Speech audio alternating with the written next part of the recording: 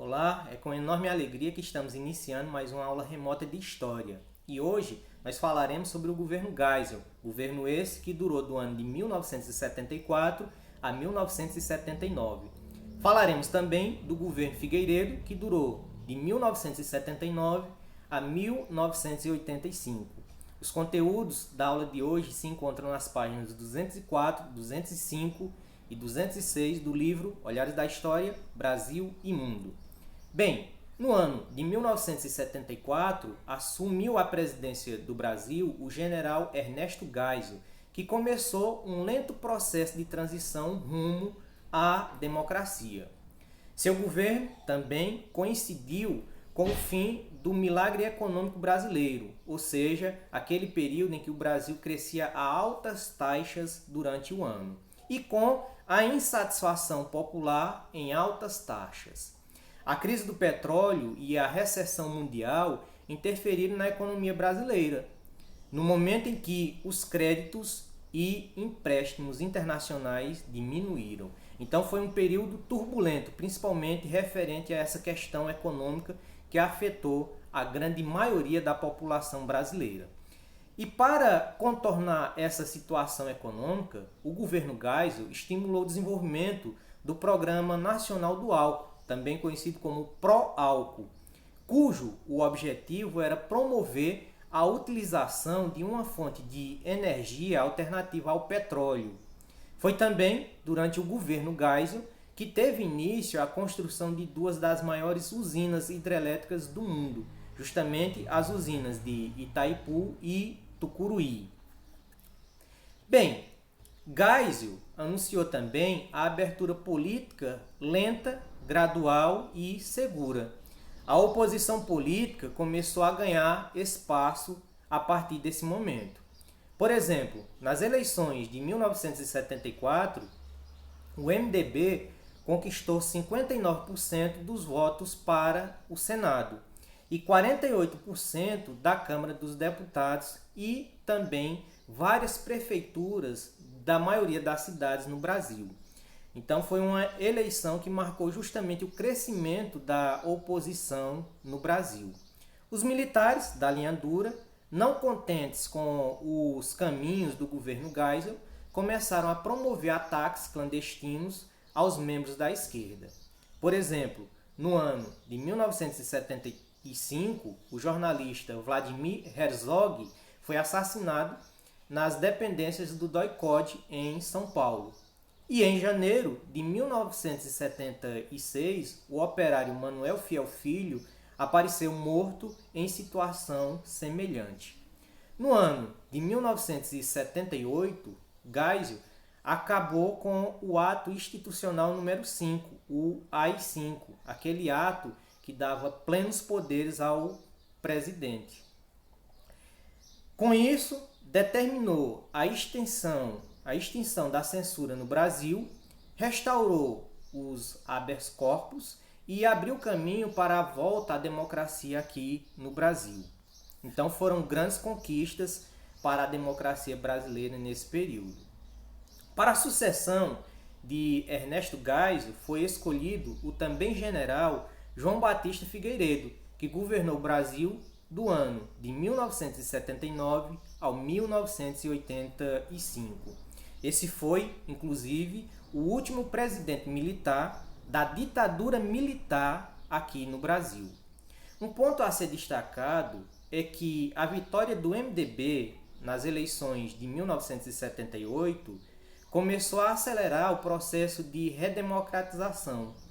O general João Batista Figueiredo decretou a lei de anistia, concedendo assim o direito de retorno ao Brasil para os políticos, artistas e demais brasileiros exilados e condenados por crimes políticos. Os militares da linha dura continuaram com a repressão clandestina. Cartas-bombas, por exemplo, foram colocadas em órgãos da imprensa e também da OAB, a Ordem dos Advogados do Brasil. No dia 30 de abril do ano de 1981, uma bomba, inclusive, explode durante um show no Centro de Convenções do Rio Centro. O atentado provavelmente foi promovido pelos militares da linha dura, embora até hoje nada tenha sido provado. No ano de 1979, o governo aprova a lei que restabelece o pluripartidarismo aqui no Brasil. Os partidos voltaram a funcionar dentro da normalidade.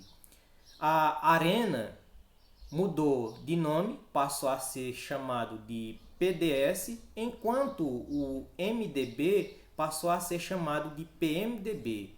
Outros partidos foram criados, como por exemplo o Partido dos Trabalhadores, o PT, e o Partido Democrático Trabalhista, o PDT.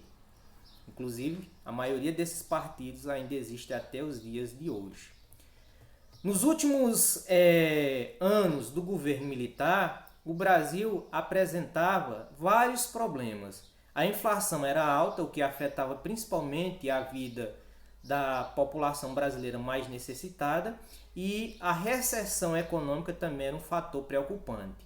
Enquanto isso, a oposição ganhava terreno com o surgimento de novos partidos, esses, inclusive, que a gente acabou de destacar anteriormente, e também contou com o fortalecimento dos sindicatos. Em 1984, políticos de oposição, artistas, jogadores de futebol e milhares de brasileiros participaram do movimento das diretas já. Esse movimento das diretas já era favorável à aprovação da emenda Dante de Oliveira, que garantiria eleições diretas para presidente naquele ano. Para a decepção do povo, a emenda não foi aprovada pela Câmara dos Deputados. E na imagem podemos observar um dos principais momentos das diretas já.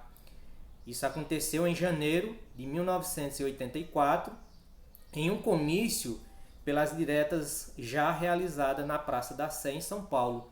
Esse comício reuniu aproximadamente 300 mil pessoas, uma quantidade de pessoas muito grande, na luta pelas eleições diretas para presidente.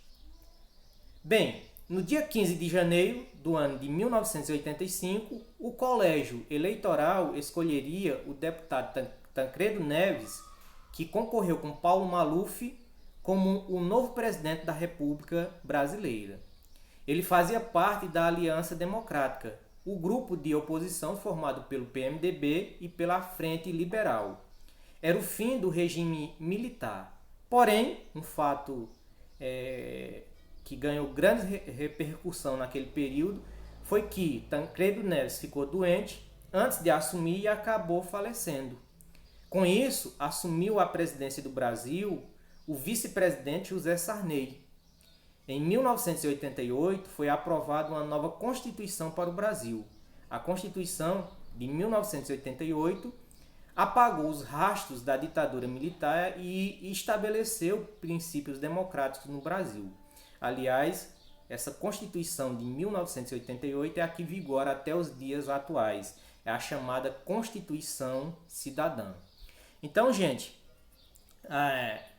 por aqui a gente encerra esse capítulo 10, que vem trazendo alguns aspectos que marcaram a história do Brasil. Uma história não tão distante, e sim uma história recente. Então eu espero que vocês tenham compreendido bem esse conteúdo. Esse conteúdo ele costuma ser cobrado muito em qualquer prova que você for fazer, seja ela de vestibular, Enem ou até mesmo concurso público, é um assunto que ele costuma ser cobrado. E caso alguém tenha dúvidas, curiosidades, é só entrar em contato comigo que eu vou procurar ajudá-los da melhor forma possível. Tá ok?